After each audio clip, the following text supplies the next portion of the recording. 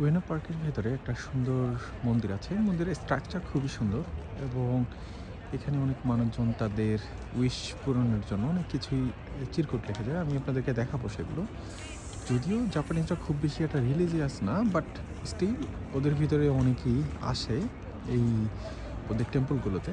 So চলেন আপনাদেরকে এই টেম্পলের ভিতরে দেখাবো না, বাট বাইরের দিক থেকে ওদের বিভিন্ন কার্যক্রমগুলো দেখাচ্ছি।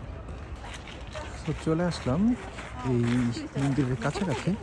আমরা এখন এই মন্দিরের সামনের সাইডের দিকে যাব এবং এখানে যাওয়ার জন্য একটা ছোট গেট আছে। এখানে গেলে আপনারা বুঝতে পারবেন যে আমি দেখাচ্ছি আপনাদেরকে।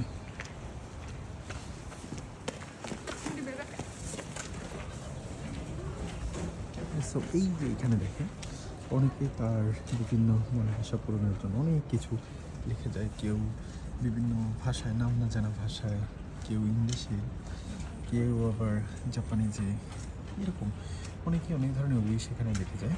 আর এখানে একটা এই যে ফুলটা দেখতে পাচ্ছেন, এটা হচ্ছে পদ্ম ফুল। সো পিছনে আসলে অনেক বড় পদ্ম ফুলের একটা পার্ক আছে। সো এখানে দেখেন ইংলিশে খুব সুন্দর করে হচ্ছে তার উইশগুলো লিখে গেছে। এখানে আরও আছে এরকম অনেক আছে। সো এটা হচ্ছে একরকম উইশ।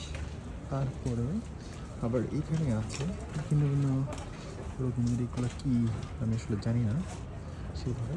এগুলো একটু ডিফারেন্টভাবে লেখা, বাট এগুলো সম্ভবত উইশ। আর এইখানে হচ্ছে আপনারা যারা প্রেম করে গার্লফ্রেন্ডকে গিফটটা দিতে চান তাদের জন্য এগুলো, ওকে। সো জাপানে চলে আসেন, এসে এরকম তাবিজ গিফট মেয়েরা চলে যাবেন, দেখবেন গার্লফ্রেন্ড আপনার হয়ে যাবে। এবং আপনাদেরকে এবার সামনের দিক থেকে দেখাই যে মন্দিরটা আছে। এখানে সামনে একটা ছোট মেলার মতো আছে।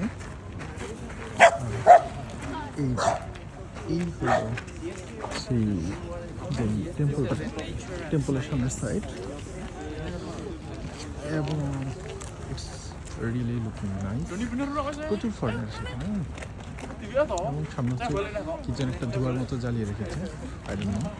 ভিতরে যাওয়া যাবে কিনা আমি সেটাও জানি না, সো রিস্ক নিচ্ছি না, গেলে যদি আবার ফেরত দেয়। এই যে টেম্পলের সামনে আসলে প্রচুর টুরিস্ট আসে, এই